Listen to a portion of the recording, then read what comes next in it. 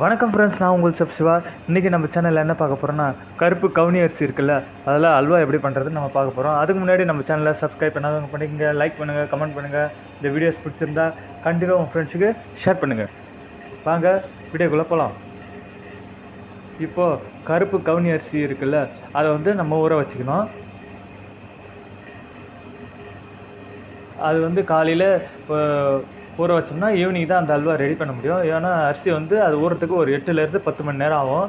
கண்டிப்பாக நீங்கள் ஒரு 8 மணி நேரமாவது ஊற வச்சுக்கணும். ஊற வச்சுட்டு ஒரு மிக்சியில் போட்டு அதை நல்லா பேஸ்ட்டு மாதிரி அரைச்சிடணும். நான் அதுக்கு தேவையானது வந்து ஒரு 1/4 கிலோ அரிசி வந்து ஊற வச்சேன், கருப்பு அரிசி கவுனி அரிசி. அதை அரைச்சிட்டு ஒரு பேனில் நெய்யை போட்டு நம்ம வச்சுருக்கல பேஸ்ட்டு, அரிசியோட பேஸ்ட்டு போட்டு அதில் ஸ்லோ ஃபயரில் குக் பண்ணணும். நம்ம அதிகமான ஃபயரில் வந்து குக் பண்ணக்கூடாது, ஸ்லோ ஃபயரில் தான் குக் பண்ணணும்.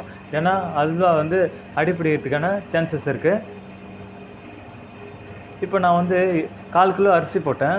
அதுக்கு வந்து 1/4 கிலோ நெய் கண்டிப்பாக நம்ம அதில் சேர்த்துக்கணும். அப்போ தான் நமக்கு அல்வா வந்து ஒரு சாஃப்ட்னஸாக, ஒரு கிளேஸியாக, ஒரு ஃபேண்டாஸ்டிக் டேஸ்ட்டோட நமக்கு அல்வா கிடைக்கும்.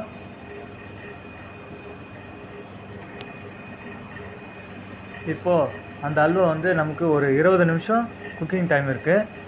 கண்டிப்பாக 20 நிமிஷம் நம்ம குக் பண்ணால் தான் நமக்கு அல்வா வந்து ஒட்டாமல் ஒரு நல்ல ஒரு டேஸ்டான கருப்பு கவுனி அரிசி அல்வா கிடைக்கும்.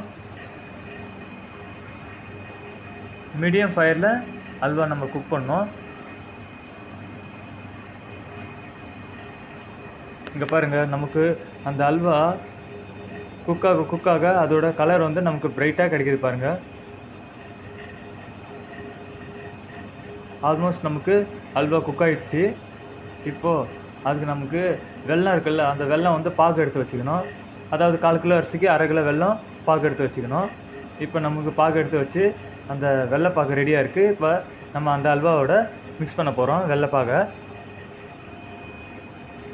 இதுக்கு சர்க்கரை போடுறதுனால போட்டுக்கலாம், பட் நமக்கு வெல்லம் போட்டால் அந்த டேஸ்ட் வந்து ரொம்ப டிஃப்ரெண்ட்டாக கிடைக்கும்.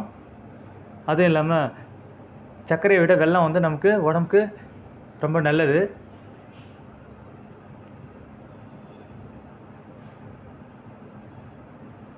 பாருங்கள், அந்த வெல்லம் சிறப்பு இருக்குல்ல, அது வந்து நல்லா அல்வாவோட மிக்ஸ் ஆகணும், நல்லா குக் ஆகணும் ரெண்டும் சேர்ந்து. கண்டிப்பாக வெல்லம் ஊற்றுனதுக்கப்புறம் ஒரு 10 நிமிஷம் நம்ம அல்வாவை நல்லா கொதிக்க வச்சு குக் பண்ணணும்.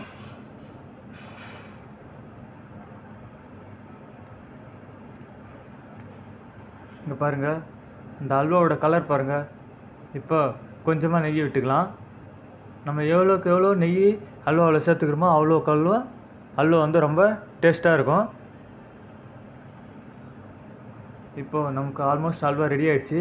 இப்போ ஒரு பாத்திரத்தில் நம்ம நெய்யை தடவிட்டு அந்த ரெடியாக இருக்க அல்வாவை அதில் ஊற்றி வச்சுக்கணும். ஒரு 1 ஹவர் கழித்து நம்ம எடுத்து சாப்பிட்லாம், சூடு ஆறுனதுக்கப்புறம். கண்டிப்பாக இந்த அல்வா உங்களுக்கு ரொம்ப பிடிச்சிருக்குன்னு நினைக்கிறேன். இது ஈஸியான ரெசிபியும் கூட. வீட்டில் நீங்கள் ட்ரை பண்ணி பாருங்கள். ட்ரை பண்ணி பார்த்துட்டு கமெண்ட்டில் சொல்லுங்கள் அல்வா உங்கள் வீட்டில் எப்படி இருக்குன்னு. இங்கே பாருங்கள், நமக்கு ஒரு ஃபேண்டாஸ்டிக்கான கலர்ஃபுல்லான ஒரு டேஸ்டான கருப்பு கவுனி அரிசி அல்வா, அதுவும் வெல்லம் போட்டு ரெடியாக இருக்குது. தேங்க்யூ.